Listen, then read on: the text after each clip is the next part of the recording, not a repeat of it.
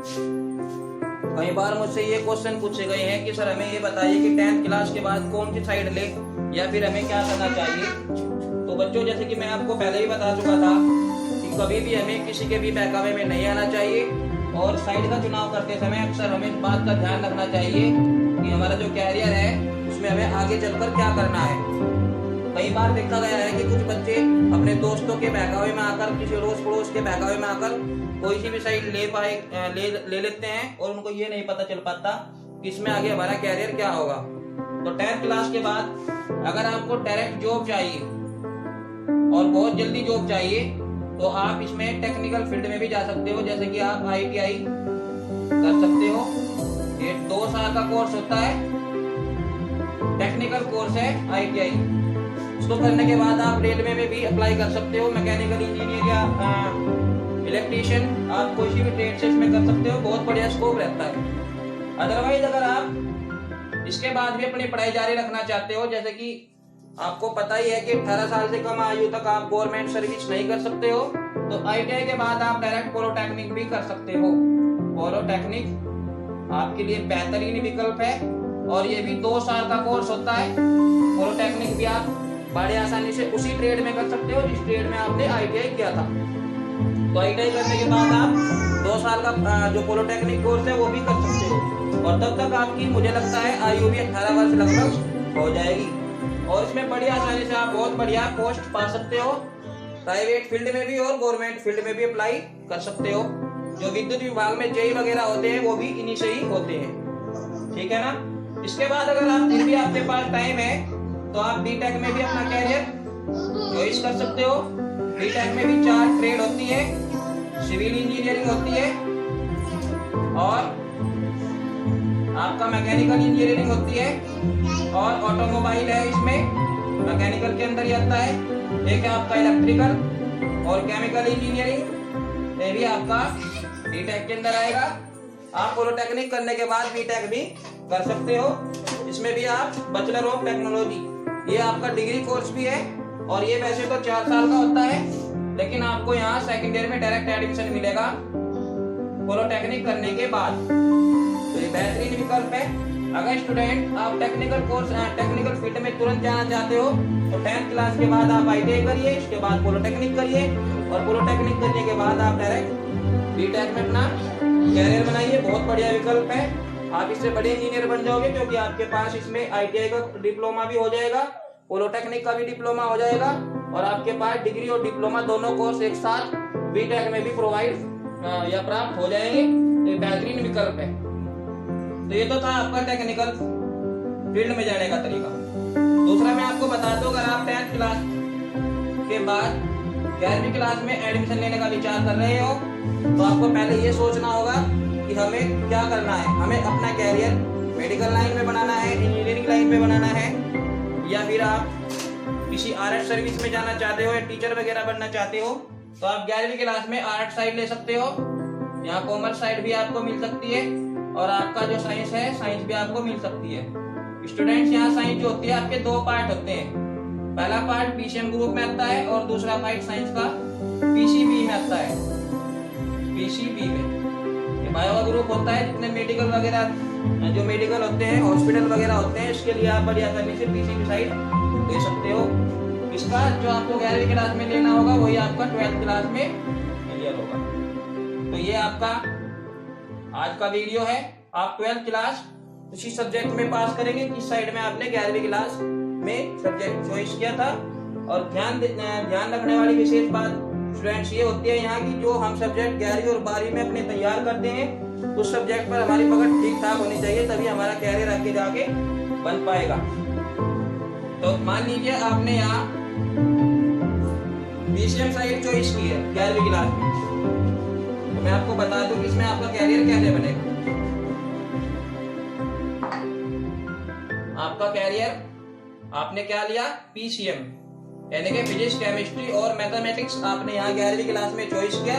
आप इसी सब्जेक्ट में 12th भी पास करोगे और PCM के बाद आपके पास जो ऑप्शन होगा, या तो आप UP2 का मतलब होता है टेक्निकल यूनिवर्सिटी, यानी कि जो टेक्निकल फील्ड है उसमें आप बड़ी आसानी से यहाँ अपना कैरियर चॉइस कर सकते हो। बीटेक भी आप डायरेक्ट कर सकते हो। और 12th क्लास पास करने के बाद बीटेक में जैसे भी बताया था मैंने, ये 4 ईयर का कोर्स हो जाएगा। डिग्री और डिप्लोमा दोनों एक साथ प्रोवाइड होंगे आपको। और ये कितने साल का कोर्स हो जाएगा? 4 साल का बीटेक हो जाएगा। जिस ट्रेड में भी आपको इंटरेस्ट है, सिविल इंजीनियरिंग, केमिकल इंजीनियरिंग, आप उसमें बड़ी आसानी से अपना ऑप्शन चॉइस कर सकते हो। ये होगा आपका बीटेक, बैचलर ऑफ टेक्नोलॉजी। इसके बाद पॉलिटेक्निक में भी अपना कैरियर कर सकते हो। ये 3 साल का केवल डिप्लोमा कोर्स होता है। डिप्लोमा तो करने के बाद आप किसी कंपनी, फैक्ट्री या फिर आप विद्युत विभाग, इलेक्ट्रिकल विभाग में भी सरकारी नौकरी के लिए अप्लाई कर सकते हो। ये आपका पॉलिटेक्निक होता है, 3 साल का कोर्स होता है। उसमें 6 सेमेस्टर होते हैं, यानी कि 3 साल में आपको 6 बार एग्जाम देने होंगे। ऐसे बीटेक में अगर एग्जाम की बात करें तो इसमें आपके 8 बार एग्जाम होंगे। सेमेस्टर वाइज कोर्स है। सेमेस्टर का मतलब होता है 6 महीने में 1 बार आपके एग्जाम होंगे। ठीक है। इसके बाद चलते हैं आपका डिग्री कोर्स। डिग्री कोर्स में आप बीएससी भी कर सकते हो। बीएससी भी यहाँ चॉइस कर सकते हो। बैचलर ऑफ साइंस इसका फुल फॉर्म हो गया। ये भी आपका 3 साल का डिग्री कोर्स होता है। बीएससी करने के बाद आप एमएससी में भी अपना जो कैरियर है वो क्लियर कर सकते हो। एमएससी जो होगा आपका 2 साल का कोर्स होगा और आपके 4 बार एग्जाम होंगे, यानी कि 4 सेमेस्टर आपके इसमें होंगे एमएससी में। और जो बीएससी के बाद आप एमएससी करोगे 2 साल का कोर्स होगा और इसमें आपके 4 सेमेस्टर क्लियर होंगे। और जो एमएससी कोर्स होगा, पीजी कोर्स होता है, ये PG course postgraduate course होता है। ठीक है। और ये होता है UG course, undergraduate course, जिसमें स्टूडेंट्स भी आता है वो अंडर ग्रेजुएट कोर्स के अंदर आता है। और जिसके अंदर पीजी आता है, यानी कि एम आता है master of science, master of science, ये आपका इसमें आएगा, पीजी कोर्स में आएगा। पोस्ट ग्रेजुएट कहने का मतलब आप ग्रेजुएट वालों को पढ़ा सकते हो। अंडर ग्रेजुएट वाले हैं, एम करने के बाद आप बी वालों को बड़ी आसानी से पढ़ा भी सकते हो। तो ये आएगा मास्टर ऑफ साइंस के अंदर। मास्टर ऑफ साइंस की जो डिग्री होती है, आप इसमें हमेशा एक ही सब्जेक्ट लोगे। जैसे कि मान लीजिए आपके पास पीसीएम था बीएससी में, पीसीएम फिजिक्स, केमिस्ट्री, मैथ, तो आप एमएससी जब करोगे तो जो जिस सब्जेक्ट पे आपकी पकड़ अच्छी होगी, जिस सब्जेक्ट पे आप एमएससी करिए।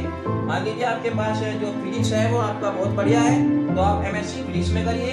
अगर आपकी केमिस्ट्री बहुत बढ़िया है तो आप केमिस्ट्री एमएससी से करिए। और इसके बाद अगर आपके पास वक्त है तो आप यूजीसी नेट की भी तैयारी कर सकते हो, यूजीसी नेट। ठीक है। इस यूजीसी नेट को करने के बाद आपका पीएचडी में बड़ी आसानी से सिलेक्शन हो जाएगा। ये जो नेट होता है बच्चों, ये 2 तरह का होगा आपका। ये तो CSIR कराएगा इसको, CSIR, या आपको JRF क्लियर करना होगा। इसके बाद आप डॉक्टर ऑफ फिलोसफी में बड़ी आसानी से एडमिशन ले पाओगे। और यहाँ असिस्टेंट प्रोफेसर के लिए भी आप अप्लाई कर सकते हो। तो ये हुआ आपका कैरियर। अगर कई बार बच्चे क्वेश्चन उठता है कि हमने पीसीएम से 12th कर लिया और अब हमें बीए करना है, तो हमें ऐसा नहीं करना चाहिए, क्योंकि जो बीए सब्जेक्ट होगा वो आपका फिजिक्स केमिस्ट्री में नहीं होता। बीए बैचलर ऑफ आर्ट, ये जो बीए कोर्स होता है ये केवल उन स्टूडेंट्स के लिए होता है जो आर्ट साइड से 11वीं पास करते हैं और 12वीं पास भी आर्ट साइड से ही करते हैं, और उनको ही बीए करना चाहिए। बीसीएम के बच्चों को कभी भी बीए नहीं करना चाहिए। इससे उनके सब्जेक्ट जो है वो अलग हो जाते हैं और वे अपना कैरियर ठीक प्रकार से हैंडल नहीं कर पाते और अपनी लाइन से एक तरीके से विचलित हो जाते हैं। तो आपको हमेशा अपने सब्जेक्ट पे ही पकड़ बनानी चाहिए, उसी में तैयारी करनी चाहिए। हो सकता है वक्त लगे लेकिन आप सफल उसी में ही होंगे। तो आज की वीडियो में जो मैंने आपको बताया है कि आप 10th क्लास के बाद क्या करें। अगर आपका अभी भी कोई क्वेश्चन उठ सकता है तो आप हमें कमेंट में जरूर बताइए। धन्यवाद।